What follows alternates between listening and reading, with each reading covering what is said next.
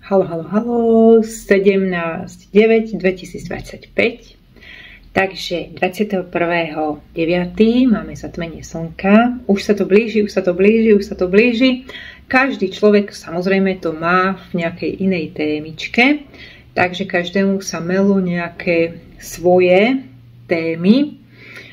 A dnes budem hovoriť o tom, prečo sa ľuďom nedarí preformátovať život.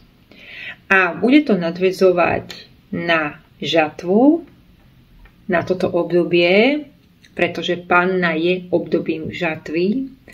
Takže dajme si otázku, že čo vlastne sa nám deje a čo je tou našou žatvou. Čo sme zasievali doteraz a čo je tou našou žatvou. Je to nejaký duchovný rast, alebo niečo sa nám podarilo vyvstávať vnútorne, alebo sa nám podarili preformátovať veci aj navonok a stalo sa to odrazom. Čo je tou žatvou? To je prvá otázka pre vás, pretože panna je obdobím žatvy a v starých kabalistických knihách sa hovorí, že práve v panne máme možnosť preformátovávať realitu. Takže v kabale vlastne sa panna spomína ako jediné znamenie, ako jediné okno, kde je možné veľmi prudko urobiť veľmi silné zmeny. Ja si myslím, že prečo práve pannu si vybrali? Pretože panna je obdobím žatvy a vždycky na tejto osi sú aj zatmenia, takže mali sme zatmenie mesiaca 7. septembra, teraz budeme mať zatmenie slnka. A čas medzi týmito zatmeniami je vždy silné okno a vždycky je to v panne, je to v období žatvy. Takže mali by sme vlastne vstúpiť do takej bilancie, to som už hovorila, dnes na to iba nadviažem. Takže áno, je dobré sa poučiť aj z chýb. My sme tiež tento rok vyskúšali množstvo stratégií. Niektoré boli šialené, niektoré boli zaujímavé, niektoré priniesli mnoho zistení a proste stále skúšame a v každom prípade nás to posunulo ďalej. To, že veci vyskúšame a že zistíme vlastne, čo je pre nás to správne, to je veľmi dôležité. Ale keď tam máme strachy, tak veci nechceme skúšať. Navyše v panne je aktivovaná ešte taká vec, je to taký fenomén, sebasabotáž, áno? Takže panna je kritická sama na seba a často sme kritickí sami na seba. Tá kritická figurka má častokrát zosilnený hlas. Takže áno, nepochybne áno, toto obdobie panny je dôležité aj preto, aby sme si uvedomili, v čom my seba sabotujeme. A navyše, ako vlastne si vytvárame, ako si my vyformujeme tú realitu. S čím sa my pohrávame, s akými presvedčeniami a ako to je. Takže dnes budem pracovať s tematikou váhy a chudnutia, pretože to najčastejšie ľudia riešia v poslednej dobe, hlavne teda ženy. A vypozorovala som pár vecí, o ktorých budem nahlas hovoriť, sú veľmi časté, sú veľmi zjavné a týka sa to toho, ako my ľudia, vlastne my ľudia, ako by som to povedala,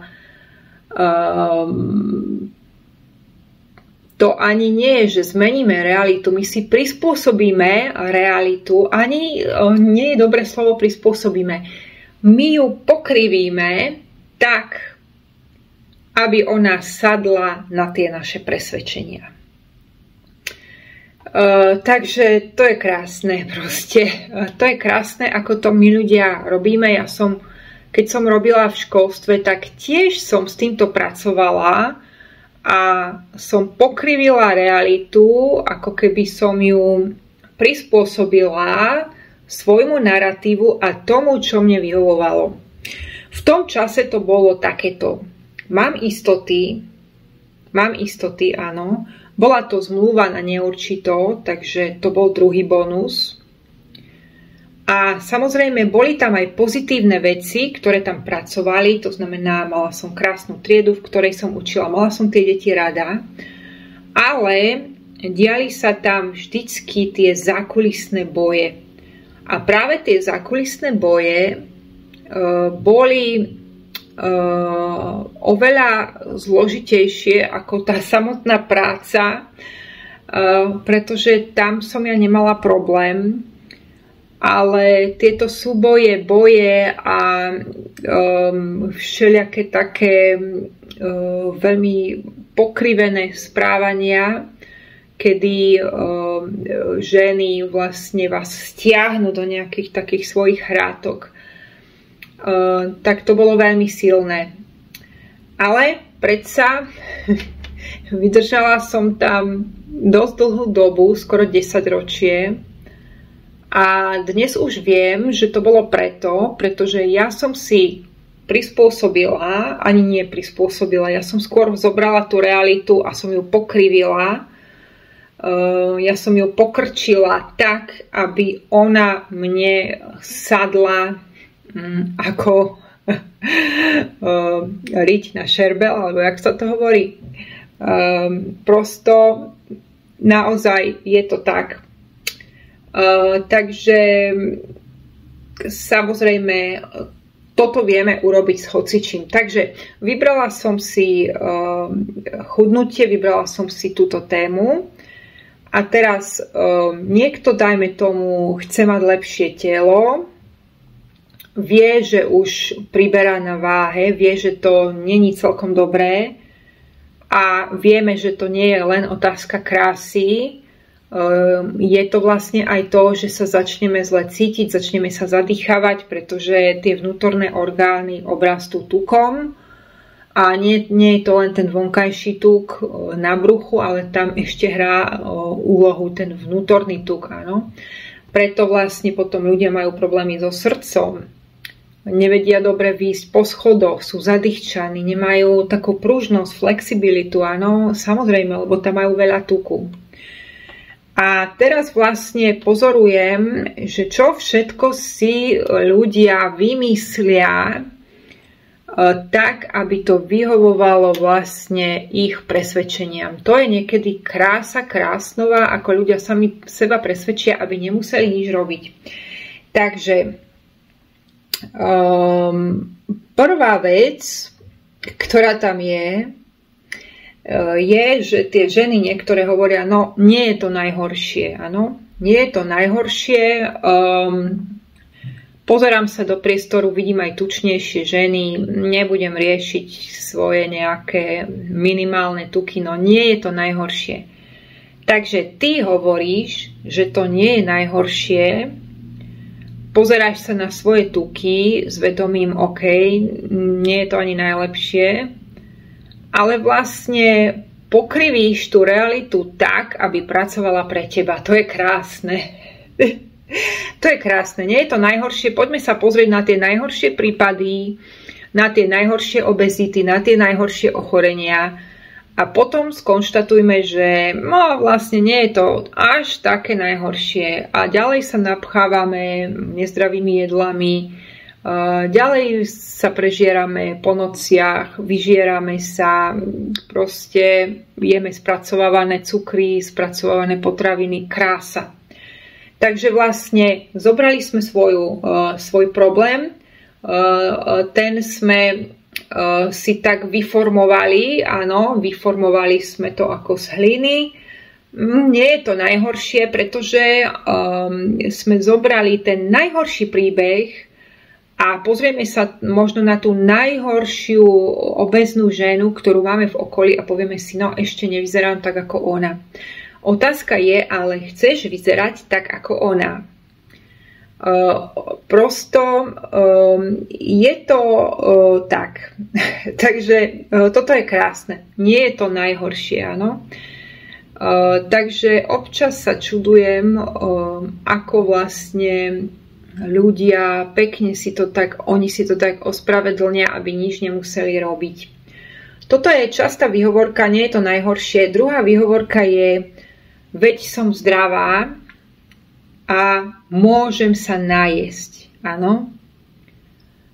Takže kľudne žer ďalej, napchávaj sa ďalej s pocitom, že sa pozeráš na tú najhoršiu obeznú ženu, hovoríš si, že tuto má niekto žalúdočné problémy, nemôže jesť, ja môžem jesť, no tak budem sa napchávať ďalej hamburgermi, fast foodom a proste s pocitom, nie je to najhoršie, veď vlastne mne chutí jesť, to znamená, že to telo je v pohode, pretože ľudia si to vedia poistiť ešte presvedčením, že keď mi chutí, tak som zdravá, je to dobré, áno. Takže ty nič so sebou nebudeš robiť, pretože zoberieš ten najhorší príbeh, zoberieš tú najtučnejšiu ženu, pozrieš sa na najtučnejšiu ženu, zoberieš najchorejšiu ženu, ktorá má nejakú proste žalúdočné nejaké veci, ktorá sa nemôže najesť a povieš, ja sa môžem najesť, ja som na tom dobre, takže vlastne nič nemusím robiť. Krása. Krása krásnová. Vidíte, aké je to strašne pokrivené. A čo tak povedať, ako to dosiahnem? Čo tak urobiť malý krok, aby som to nejakým spôsobom eliminovala, tie tuky. Čo tak otočiť to úplne iným smerom? Pretože náš vnútorný hlas, to je niečo také ako GPT. Neviem, nakoľko používate GPT, ja sa s ním niekedy pohrávam. Je to veľmi zaujímavé, čo sa tam dá všetko nájsť. Určite áno, určite je to veľký pomocník. Dobrý sluha, zlý pán, ako sa hovorí. Ale ten GPT, on sa dá vychovať. Áno. Takže uvediem taký príklad, že pýtala som sa GPT na oči. Áno. Pretože ja viem, že oči sa mi zlepšujú a vždycky v lete nastane strašne veľký progres a experimentujem ďalej, áno. Takže ten môj zrak sa zlepšuje, už nemám dvojité videnie, ako som mala, pretože som mala astigmatizmus. Takže krok po kroku sa ten obraz zjasňuje, áno. Spýtajte sa ale GPT, že či takéto niečo je možné. On vám povie, má to veľmi pekne scenzurované. Niektoré témy sú nastavené v GPT, že sú scenzurované. Je to jednoducho tak. A povie vám, na úvod vám povie, že toto nie je vedecky podložené, nie, takéto niečo nie je možné, bla bla bla. Áno. Teraz, vy si to prečítate a poviete, aha, je tam cenzúra. Tak musím na ňo ísť nejako inak. Takže mu poviete, poznám pár ľudí, ktorí proste po cvičeniach to a to a to majú lepší zrak, je známa literatúra taká a taká. A poviete mu, dávaj mi iba dobré správy alebo iba príjemné správy, pozitívne správy, čo sa týka očí. Áno, je to subjektívny pohľad, o tom nie je pochyb, dobre, vedci to neodporúčajú, toto úplne dáme do koša teraz a hovoríme o ľuďoch, ktorým sa to podarilo. Áno, to znamená, že vy ho dokážete naviesť na to riešenie. Áno, keby som povedala, OK, nedá sa to, ďakujem za informáciu, odkliknem komunikáciu, dovidenia, áno. Ale ja ho chcem preformátovať, ako keby ja ho chcem naviesť na to správne riešenie. Takže takto je to aj s vnútorným hlasom, priatelia moji milí, pretože keď ten vnútorný hlas vy vediete k takým iba záplatám a aby ste nič nemuseli robiť, tak on vám ani nebude dávať riešenia. Na čo by to robil? Však máte tam tie záplaty. Som zdravá, môžem jesť, nie je to najhoršie, áno. To sú len niektoré z nich. No na čo by vnútorný hlas hľadal nejaké nové veci? To znamená, že vy musíte chcieť prekliknúť ako keby a to nastavenie a svojím spôsobom sa začať programovať na riešenia. Takže je to presne ako z GPT. Keď ho necháte, tak vám bude ukazovať, áno, tieto scenzurované veci, bude vám hovoriť, nie, to nie je možné. Ako náhle ho navediete na niečo, čo je možné, hľadaj mi to a to, je to možné, on vám to nájde. Proste, on je pripravený, on vám to nájde. Je to presne ako s vnútorným hlasom. On vie, čo je to správne riešenie. My sme proste naladení všetci na zdroj, je to ako taká anténa, ale keď tú anténu máme ako keby zapchatú a zatoxikovanú a zatoxikujeme to takým sivým oblakom, ktorý si tu nám dáme v podobe skepsy, že toto nie je takto, aby som nič nemusela robiť, tak vlastne áno, ten vnútorný hlas ti nebude dávať tie riešenia, pretože ty ich nechceš. No prečo by to robil? Pochopte, táto realita je zrkadlo. Všetko je to zrkadlo. Ak ja pôjdem do obchodu a budem zle naladená, tak nič tam nenájdem a budem hovoriť, že nič nemajú. Ak ja pôjdem do obchodu s inou náladou, tak nájdem aj v hypermarkete zaujímavé veci, ktoré možno nie sú celkom viditeľné, ale sú tam a sú zdravé. Čiže je to o tom našom nastavení. Takže to je prvá vec. Prvá výhovorka, teda druhá výhovorka, nie je to najhoršie. Prvá výhovorka vlastne som zdravá, nie je to najhoršie a môžem jesť, iní možno nemôžu jesť, sú tučnejší ľudia ako ja, takže vlastne je to dobré, že mám tuky, vlastne nemusím byť taká modelka, vlastne toto mi postačuje, áno. Čiže ty sa uspokojíš s tým, čo máš, necítiš sa vo svojom tele dobre, koho chceš oklamať. Toto sa týka všetkého. Keď niekto napríklad žije s niekým toxickým, chce sa oslobodiť, takisto, proste zase je tam nejaká výhovorka, áno. Zase sa to týka niečoho. Nie je to možno najhoršie, povedia tí ľudia. Toto vôbec nie je najhoršie.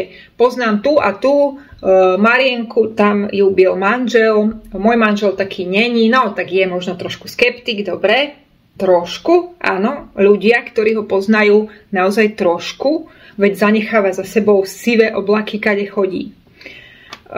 Prosto je to tak, my to všetci robíme, každý v nejakých iných témach. Takže je to tak so všetkým, je to tak so všetkými témami, keď si zoberiete čokoľvek, hľadáte riešenia alebo hľadáte len takéto bum, bum, bum, aby som nemusela nič robiť. Ďalšia obľúbená výhovorka je, ja mám predsa vek, ja mám na to nárok. Preboha vedia, ja už mám na to nárok.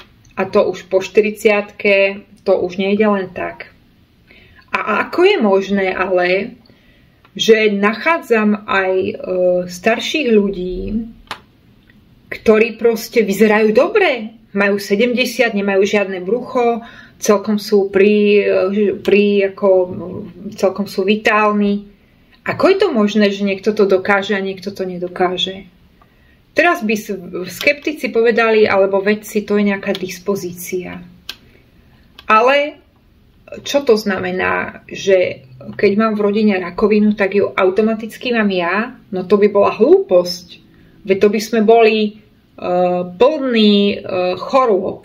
Každý máme v rodine niečo. Takže toto nám tiež nesedí. Nie, ty máš možnosť namaľovať nové plátno života pod podmienkou, že máš open. Áno, ty máš open. Si ako taká otvorená nádoba, ktorá je schopná veci meniť a veci variovať a hlavne je schopná rásť. Takže mám vek je obľúbená výhovorka na všetko. Do tohto spadá všetko. Ak sa niekto chce oslobodiť od nejakej práce, dajme tomu ho tam šikanujú alebo čo, povie niekto, ja už nemôžem, ja mám vek, áno. Kam by som išla? Ja som starý, ja som stará. Naozaj, proste, tak budeš v tejto toxickej práci a budeš tam až do smrti, tvoja duša sa nikde vlastne neposunie, pretože ty si pokrivila tak tú realitu, ako taký papier, ktorý by som takto zobrala a takto by som to proste, takto by som to pokrivila, áno. Pokrivím si to tak, ako mne to vyhovuje. Prečo by som to neurobila? Veď ja som ten tvorca a ja sa pohrávam s realitou. Tak z toho urobím toto. Nie, toto ja nepotrebujem. Bum. Chápete to, o čo tu ide? Takže výhovorka mám vek je univerzálna a prakticky použiteľná na všetko. Ale ako je možné zase, že aj ľudia, ktorí sú starší, sa dokážu rozviesť, nájsť si niekoho iného, nájsť si novú prácu, alebo oslobodiť sa z niečoho, alebo dokonca sa presťahovať do inej krajiny. Minule som videla taký príbeh jednej pani, ktorá proste v 53. odišla do Austrálie. V 53 rokoch. Mnoho ľudí by povedalo, že neviem jazyk, už som stará, no. Ale ona zobrala to takto do rúk a povedala, OK, dobre, tak teraz toto je môj život a ja z toho niečo urobím. Ja to nejako inak naformátujem. Dobre, tuto je to ešte pokrčené, tuto sú nejaké rány.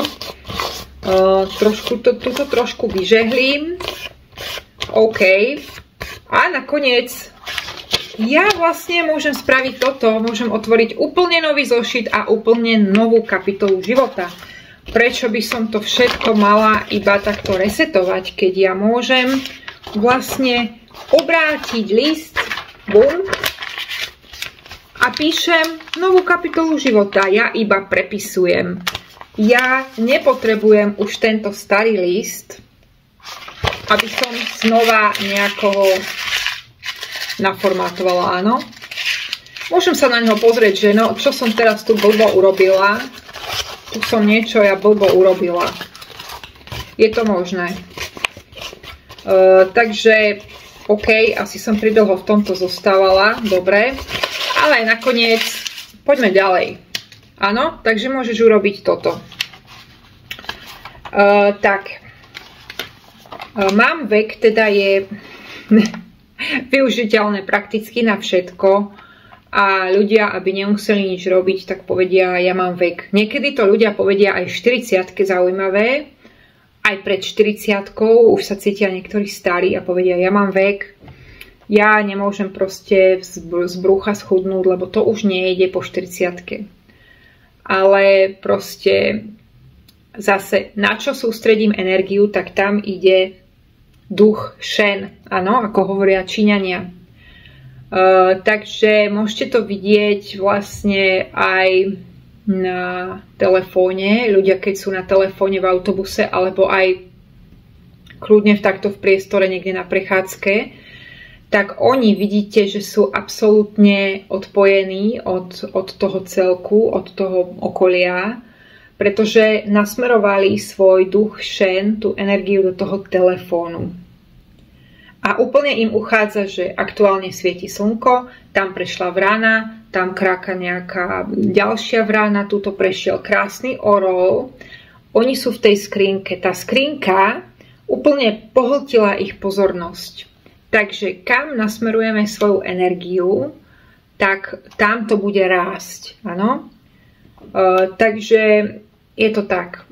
Výhovorka mám vek je skoro aplikovateľná na všetko a ľudia to radi robia, ale všetko sa dá okresať prosto, áno, je to tak. Stárneme síce, ale nemusíme sa vyhovárať a kriviť realitu len preto, že už máme viac rokov, áno. Zase je to o tom, či vidím tie riešenia, alebo či budem to takto kriviť, aby som nemusela nič robiť.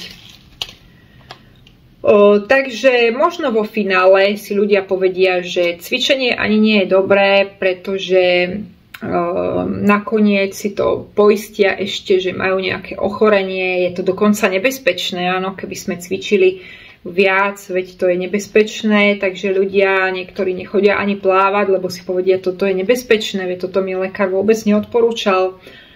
A zase je to iba o tomto, že ja to krivím, ja to formujem, tak ako to potrebujem, to formujem. A toto je veľmi nebezpečné, pretože to robíme z časti všetci a robíme to samozrejme v iných témach, každý má nejakú inú tému, niekto sa prežiera, niekto má závislosti, niekto proste má tak malé sebavedomie, že má to pošramotené a stále hovorí, že predsa ja nič nezmôžem a predsa už som to skúšal a aj tak to nejde a to by som musel to by som musel to. Takže radšej ostanem pekne ja tuto medzi 4 stenami, to je bezpečné, nič nemusím robiť, nemusím zažívať zmeny, nemusím sa vôbec postaviť ani strachom. Je to komfortná zóna, proste all inclusive na to, aby sme nemuseli nič robiť. Takže áno, počula som to aj minule v električke. Dokonca malý chlapec hovoril, že to dávali v televízii, že cvičenie spôsobuje artritidu a artrózu. Fascinujúce. Prosto áno, je to tak, že samozrejme zase dávka robí jed, ako sa hovorí. Nemusíme teraz byť nejakí maratónci a zničiť si úplne všetky kĺby a dať si vymieňať potom kolená, to nie. Hovorím o takom pravidelnom cvičení, pravidelnom pohybe, hovorím o túžbe rásť, hovorím o pokuse a omyle, ktorý musíme robiť, pretože inak my nemáme šancu zistiť, čo je pre nás to správne. Áno? Takže je to tak, prosto chcela som urobiť toto video preto, aby ste si uvedomili, či aj vy náhodou si krásne takto neformujete realitu podľa seba a či vám k tomu nedopomáhajú aj ľudia, pretože aj ľudia naokolo vedia takto krásne nám to krčiť a je to tak proste, niekedy nás veľmi ovplyvňuje tá spoločnosť, nejaká societa, nejaké okolie, nejakí ľudia, ktorí sú poblízku, ktorí nám, áno, môžu takto tú realitu ohýbať, kriviť a hovoriť, nie je to najhoršie, prestaň, však máš všetko, čo potrebuješ, nesťažuj sa, dajme tomu nejaká žena povie, ja nemám, ale chýba mi niečo spirituálne, emocionálne, proste všetko, v podstate mám, čo potrebujem a tá druhá jej povie, prestaň blázniť, Jarka, jednoducho, ty máš všetko, čo potrebuješ, túto pozri sa na iné ženy, ako oni žijú a proste žijú z výplaty do výplaty a ty si chodíš kade tade a ešte sa aj sťažuješ a takýto človek si potom pekne povie, že aha, dobre, tak ja vlastne dobre, asi je to dobre, tak jak to je. No nie je to najhoršie. Áno, keď to porovnáš s tými úplne najhoršími príbehmi, tak ako nie je to najhoršie. Takže častokrát je to aj okolie, ktoré nám to pekne takto vymodeluje. Možno, že aj nás už potom takto pekne stlačí a pekne vymodeluje, túto sa prispôsob. Ja som toto mala aj s hypersenzitivitou, že mi každý hovoril, že toto sa prispôsob, však takto funguje svet. Áno, je dobré to stláčať len čo to dá. Nevyskakovať veľmi ani na pracovisku, pretože spoločnosť nemá rada ľudí, ktorí príliš by mohli zakvitnúť, ktorí príliš idú iným spôsobom, ktorí spôsobujú nejakú revolúciu v okolí.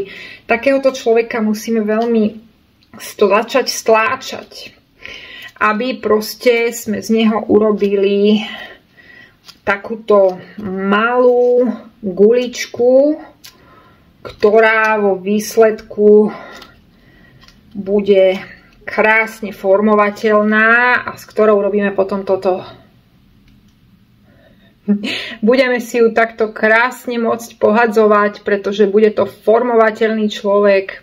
Potrebujeme ju trošku postláčať, tie citlivé miesta tam, aby ona pekne bola viac vyformovaná a čo najmenšia, aby to nevyskakovalo príliš, aby bola taká trošku viac utlačená. aby sme potom mohli pekne ňou takto zagúľať, kde my to potrebujeme, ju takto pokutálet, ako hovoria bratia Češi, áno. Ona sa potom tak pekne sa to pekne hýbe, takže máme ju tam, kde sme ju chceli mať. Takže tak.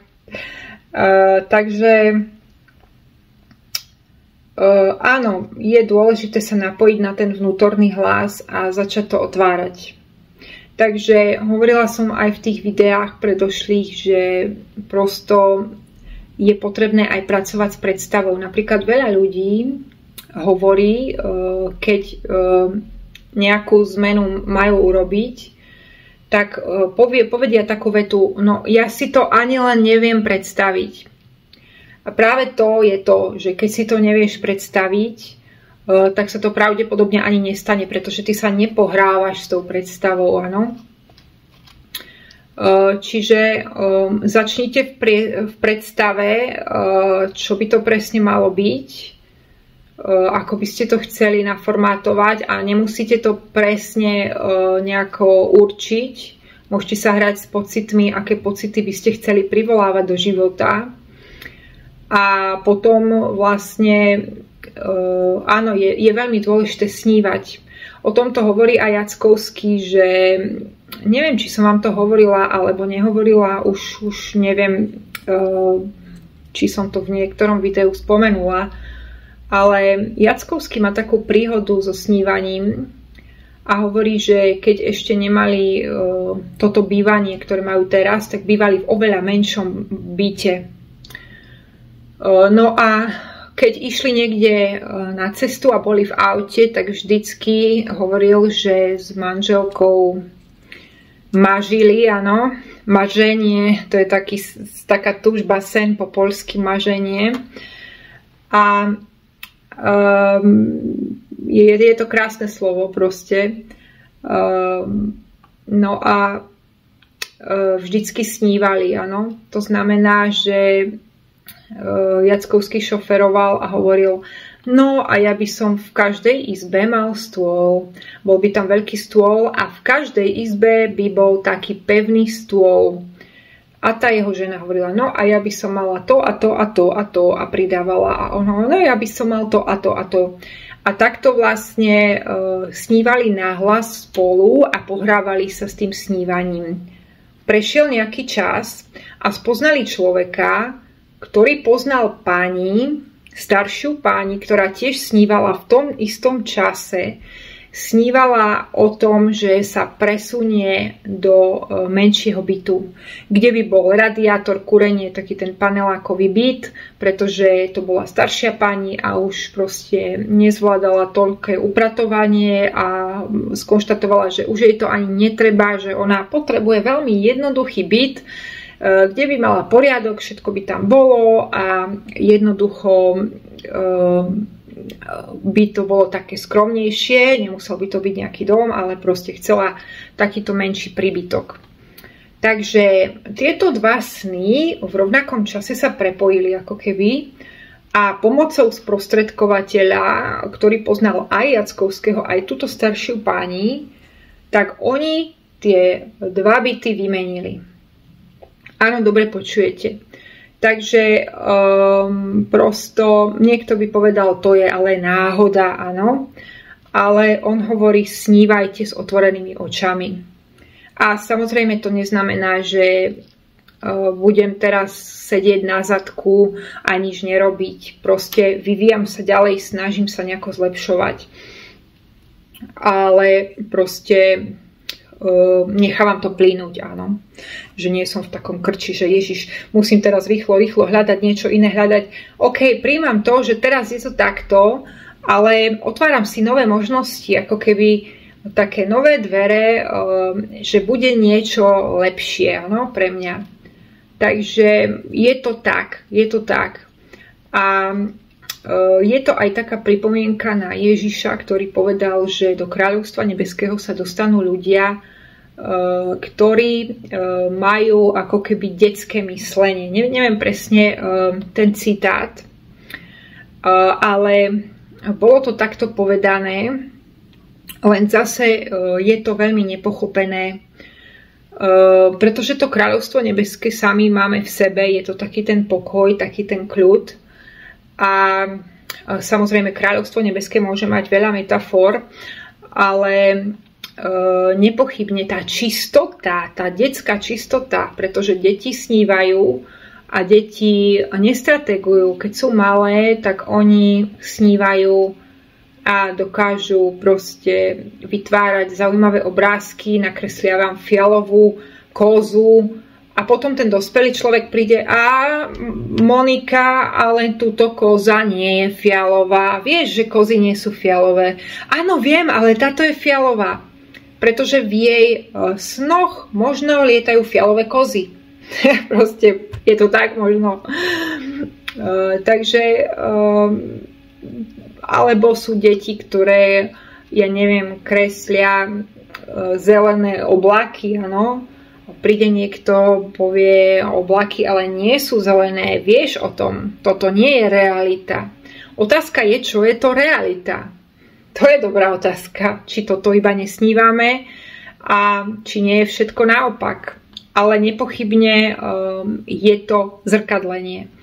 To, čo máme vo vnútri, tak toto potom vieme urobiť aj ten odraz.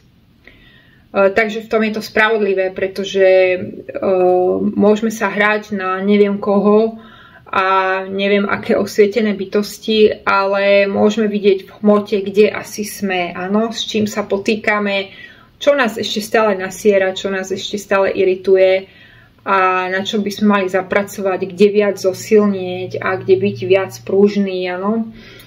Čo sa ešte nové naučiť. Takže v tom je to spravodlivé, to neoklameme. Môžeme mať rôzne masky, rôzne kostýmy, môžeme sa hrať na super veselých, super slniečkových, super, ja neviem, silných, ale nemusí to tak byť, pretože